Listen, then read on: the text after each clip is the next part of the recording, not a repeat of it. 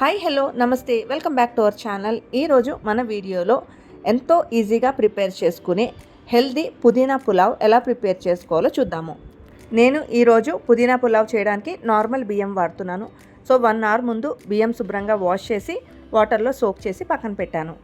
తర్వాత ఒక మిక్సీ జార్లోకి కొద్దిగా పుదీనా, కొద్దిగా కొత్తిమీర, మనం తినే కారాన్ని బట్టి పచ్చిమిర్చి యాడ్ చేసుకుని కొద్దిగా వాటర్ కూడా యాడ్ చేసి పేస్ట్ లాగా గ్రైండ్ చేసుకోవాలి.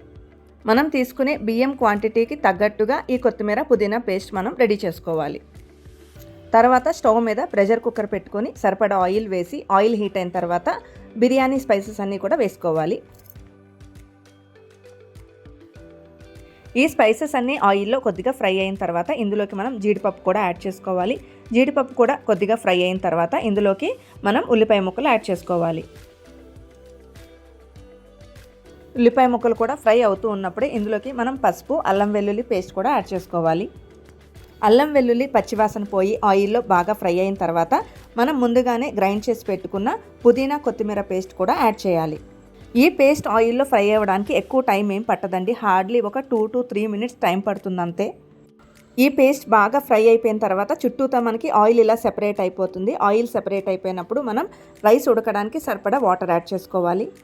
మనం ఏ కప్పుతో అయితే బియ్యం తీసుకుంటున్నామో అదే కప్పుతో 2 cups ఆఫ్ వాటర్ యాడ్ చేసుకోవాలి. తర్వాత ఇందులో రుచికి సరిపడా సాల్ట్ కూడా యాడ్ చేసుకుని వాటర్ బాయిల్ అవుతున్నప్పుడు మనం ముందుగానే నానబెట్టుకున్న బియ్యాన్ని కూడా యాడ్ చేసుకోవాలి. మళ్ళీ వాటర్ బాయిల్ అవుతున్నప్పుడు ప్రెషర్ కుక్కర్ మూత పెట్టుకొని 3 విజిల్స్ రానిస్తే సరిపోతుంది. బాస్మతి బియ్యానికైతే 2 విజిల్స్ వస్తే సరిపోతుంది. ఇది నార్మల్ బియ్యం కాబట్టి ఒక 3 విజిల్స్ వస్తే రైస్ పర్ఫెక్ట్గా ఉడుకుతుంది.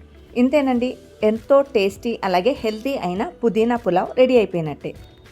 ఈ పుదీనా పులావ్ ప్రిపేర్ చేసుకోవడం చాలా ఈజీ. తక్కువ టైంలో తక్కువ ఇంగ్రీడియంట్స్తో మనం చేసుకోవచ్చు కాబట్టి పిల్లలకి లంచ్ బాక్స్లో కూడా మనం ఇది ప్రిపేర్ చేసి పెట్టచ్చు.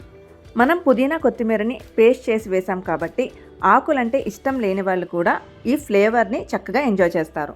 నేనైతే ఈ పుదీనా పులావ్ని ఒకరోజు డిన్నర్ కోసం ప్రిపేర్ చేశాను. మేమైతే జస్ట్ ఒక బాయిల్డ్ ఎగ్తో సర్వ్ చేసుకున్నాము. పుదీనా అలాగే బాయిల్డ్ ఎగ్ రెండు కూడా పిల్లలకి చాలా హెల్దీ. అలాగే ఈ పుదీనా పులావ్ని ఏదైనా గ్రేవీ కర్రీతో కానీ రైతాతో కూడా సర్వ్ చేసుకోవచ్చు. మరి ఇంత హెల్దీ రెసిపీ అయిన ఈ పుదీనా పులావ్ని మీరు కూడా ఒకసారి ట్రై చేయండి. మీకు ఎలా కుదిరిందో నాకు కామెంట్ సెక్షన్లో ఫీడ్బ్యాక్ ఇవ్వండి. ఈ వీడియో మీకు నచ్చినట్లయితే లైక్ చేయండి, షేర్ చేయండి, అలాగే తప్పకుండా మన ఛానల్ని సబ్స్క్రైబ్ చేసుకోండి.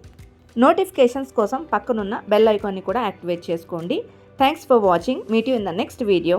బాయ్.